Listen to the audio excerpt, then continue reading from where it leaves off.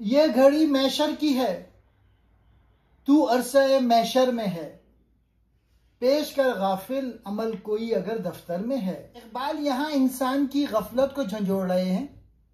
وہ کہتے ہیں کہ دنیا کی زندگی ہی دراصل ایک امتحان ہے، اور ہر لمحہ ایسا ہے جیسے قیامت کا منظر ہو، جہاں انسان اپنے اعمال کا حساب دے رہا ہو۔ اقبال کا مقصد یہ ہے کہ انسان کو اپنی زندگی میں ہوشیار رہنا چاہیے، کیونکہ وقت تیزی سے گزر رہا ہے اور ہر لمحے یہ طے کر رہا ہے کہ ہم آخرت میں کیا نتیجہ پائیں گے۔ یہ شعر ہمیں یاد دلاتا ہے کہ دنیا فانی ہے مگر عمل باقی ہے، لہٰذا اگر ہمارے پاس کوئی نیک عمل ہے تو اسے آج ہی ظاہر کریں، یعنی عمل صالح اختیار کریں قبل اس کے کہ دیر ہو جائے۔ اقبال نے دنیا کی گھڑی کو محشر یعنی قیامت سے تشبیہ دی ہے۔ عرصہ محشر کا استعارہ زندگی کے میدان عمل کے لیے استعمال ہوا ہے۔ دفتر عمل سے مراد انسان کے اعمال کا ریکارڈ ہے۔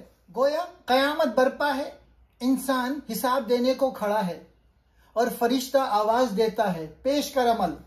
صوفیانہ سطح پر یہ شعر اندرونی بیداری کی دعوت ہے۔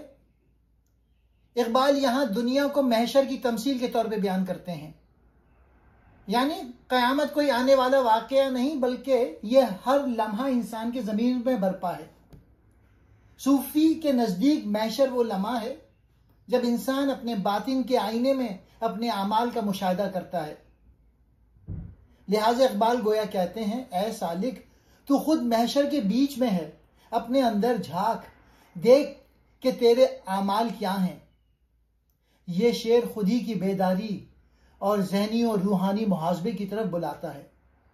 فلسفیانہ سطح پر اقبال یہاں وقت، عمل اور وجود انسان پر گفتگو کر رہے ہیں۔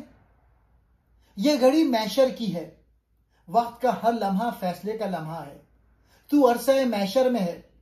انسان ہمیشہ محاسبے کی حالت میں ہے کیونکہ وہ اخلاقی خودی رکھتا ہے۔ پیش کر عمل، اقبال کے فلسفہ خودی میں عمل ہی وہ پیمانہ ہے جو انسان کی حقیقت طے کرتا ہے۔ یہ شعر ہمیں یہ سوچنے پر مجبور کرتا ہے کہ زندگی محض انتظار نہیں بلکہ ہر لمحہ قیامت ہے، ایک موقع جس میں ہمارا کردار ہمارا مقدر بنا رہا ہے۔ دنیا کوئی آرام گاہ نہیں، یہ تو عرصہ محشر ہے جہاں ہر قدم پر تیرے اعمال کا وزن تولا جا رہا ہے۔ یہی لمحہ تیرا محشر ہے اور تیرا دل، تیرا ضمیر تیرا گواہ ہے۔ اقبال کے نزدیک محشر کوئی آنے والا واقعہ نہیں بلکہ یہ ہر انسان کے باطن میں ہر روز ہر لمحہ برپا ہوتا ہے۔ جب تو حق اور باطل کے درمیان فیصلہ کرتا ہے، جب تو ظلم یا انصاف کے ساتھ دیتا ہے تو سمجھ لے تو محشر کے بیچ کھڑا ہے۔ اور پھر اقبال کی پکار آتی ہے، پیش کر غافل عمل کوئی اگر دفتر میں ہے، یعنی اگر تیرے پاس کوئی نیکی ہے، کوئی سچائی ہے، کوئی عمل صالح ہے تو اب ظاہر کر، وقت تیزی سے گزر رہا ہے اور انجام قریب ہے۔ اقبال انسان کو وقت کی اہمیت، خودی کی بیداری اور عمل کی طاقت کا سبق دیتا ہے۔ وہ ہمیں یاد دلاتے ہیں کہ نجات دعاؤں سے نہیں اعمال سے ہے۔ یہی وہ پیغام ہے جو قرآن حکیم دیتا ہے، فَمَن يَعْمَلْ مِثْقَالَ ذَرَّةٍ خَيْرًا يَرَهُ وَمَن يَعْمَلْ مِثْقَالَ ذَرَّةٍ شَرًّا يَرَهُ۔ جس نے ذرہ برابر نیکی کی وہ اسے دیکھے گا اور جس نے ذرہ برابر بدی کی وہ بھی دیکھے گا۔ اے سامعین، اگر آج ہم اپنے ضمیر سے پوچھیں کیا ہمارے دفتر عمل میں کچھ ہے تو شاید جواب خاموشی ہو۔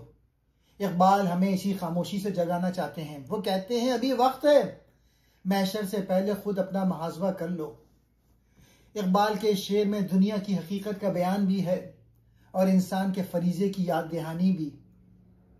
یہ شعر ہمیں یہ سوچنے پر مجبور کرتا ہے کہ ہم اپنی زندگی کے کسی لمحے کو ضائع کر رہے ہیں اور کون سا لمحہ اپنے محشر کے وزن کو ہلکا یا بھاری کر رہا ہے۔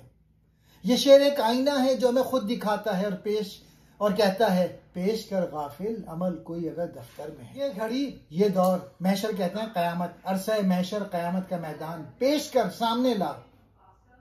دفتر کہتے ہیں کتاب، مراد نامہ اعمال۔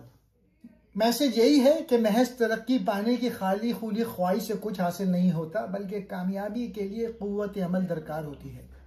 شکریہ۔